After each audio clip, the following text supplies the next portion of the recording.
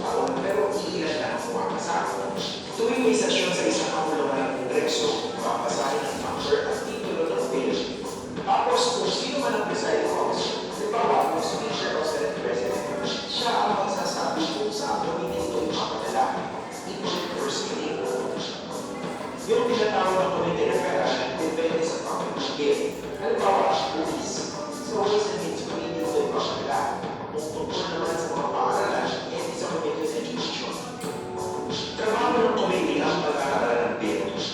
Nagpapatawag pa nga ang mga mababatas na hearing para makinig sa mga eksperto o sa mga sektor na apektado nito. Pagkatapos ng pag-aaral at pagpur ng mga miyembro ng committee sa mga bagas, gagawa sila ng committee report. May isang mga committee na pagkataanan, yung committee rules. Very powerful ito dahil ito magsasabi kung kailan tatalakayin sa Senado o sa buong kapuluan ng panabalas.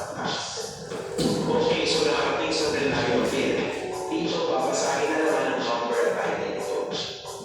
Maghahanda ng sponsorship speech yung committee chairman para kumbinsin hindi na mga kapwa ang mababatas na ipasa ito. Pagkatapos ng speech, debate na. So, at this point, importante talaga na the judge, whether to approve or deny, based on the merits of this bill, the meeting, not because of what outside sources, media, or pagkatapos ng period of debate, pwede na pumapasok ng mga agenda ang mga mababatas. Yung naman pagkatapos ng period of amendments, may tatlong paraan ng pagboto. Una, viva voce. As many in favor of House Bill number 672, please say aye. As many are against, please say nay. Alawa, taasa ng kamay. Yung total voting, ito yung pinaka-dramatic kasi bawat mababatas, bibigyan ng pagkakataon ng maliwanag ng niya. Pagkatalo ng yes, ito yung approval ng second reading. Hindi pa tapos sa may third reading pa. So, tatlong araw bago ang botohanan, dapat ipamigay yung malinis na kopya ng bill sa bawat miyembro ng botohan para basahin ito. Sa araw ng botohan, babasahin mo rin ang number and title ng bill. Tapos, may roll call o nominal voting. Bawal ang kahit anong minsan. Majority rules dito, so kapag naman yes, ito yung approval of third reading.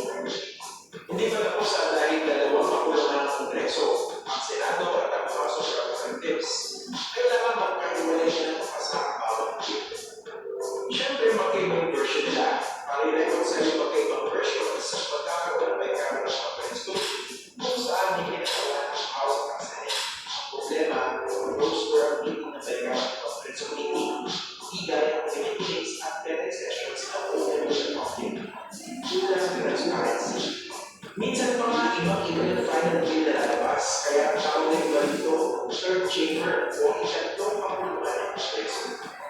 Pero yung resulta ng deliberation nila yung conference committee report ay kailangan po naman ng bawat kapuluan. Yes or no na lang yan at bawal ang pagpili. Nakapasa, papadala dito sa Pangulo ng Pilipinas.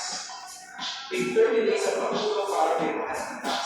Problema niya, magiging profit tax na ito at lalagyan ng number.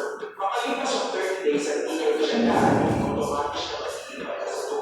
Pwede dito ng Pangulo ang isang bill. Sa tingin, ibabalik sa Kongreso na walang pirma para patuloy, bayad sila. Pwede rin ubay ng Kongreso ito, pero hindi na simple na ito. Kailangan 2/3 vote at magiging batas ito kahit ayaw ng Pangulo.